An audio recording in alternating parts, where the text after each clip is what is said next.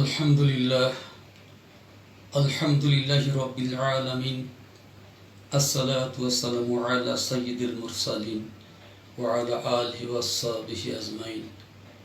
সম্মানিত দর্শক শ্রোতা, দেশে এবং প্রবাসে যে যেখানে আছেন সবাইকে স্বাগত জানাচ্ছি আজকের আলোচনায়। মহান আল্লাহ সুবহানাহু ওয়া তাআলা মানুষের উপর, ঈমানদারদের উপর 5 ওয়াক্ত নামাজ ফরজ করেছেন। রাসূল আকরাম সাল্লাল্লাহু আলাইহি সাল্লাম মেরাজে গিয়ে নামাজের বিধান এনেছেন।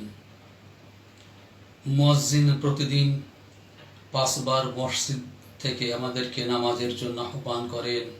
হাইয়া আলাস সালাহ, নামাজের জন্য এসো। হাইয়া আলাল ফালাহ, কল্যাণের জন্য এসো। প্রতিদিন 5 বার ডাকার পরেও আমাদের মসজিদে যাওয়ার মতো সময় হয় না, কল্যাণের দিকে আমরা যাই না, নামাজের জন্য আমরা যাই না। কিন্তু অত্যন্ত পরিতাপের বিষয়, আমাদের নেতারা যখন আমাদেরকে ডাকে তখন আমরা রাজধানী শহর পর্যন্ত চলে যাই। সেখানে প্রকৃতই আমাদের কল্যাণ আছে কিনা এ বিষয়ে আমাদের কোনো সুস্পষ্ট ধারণা নেই। যে মানুষকে আল্লাহ পাক সৃষ্টি করেছেন, তাদের জন্য আলো বাতাসের ব্যবস্থা করেছেন, রিজিকের ব্যবস্থা করেছেন, জীবন ধারণ করার জন্য সুন্দর পরিবেশ সৃষ্টি করে দিয়েছেন, সেই মহান রবের ডাকে সাড়া না দিয়ে, মানুষের ডাকে সাড়া দিয়ে আমরা এক স্থান থেকে আরেক স্থানে চলে যাই, শত শত মাইল দূরে পর্যন্ত চলে যাই।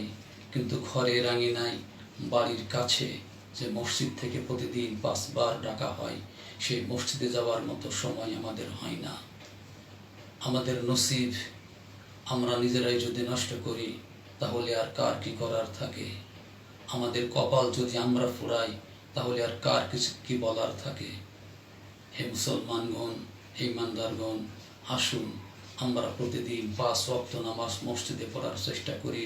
আল্লাহ সুবহানাহু ওয়া তাআলার দেয়া বিধান অনুযায়ী আমাদের জীবন পরিচালিত করি। আর পরকালীন জীবন গঠনের জন্য আল্লাহ পাক যা বলে দিয়েছেন কোরআন এবং সুন্নাহ অনুযায়ী সেটা আমল করি। আল্লাহ সুবহানাহু ওয়া তাআলা আমাদেরকে সঠিক পথ বুঝে জীবন যাপন করার তৌফিক দান করুন। আমিন।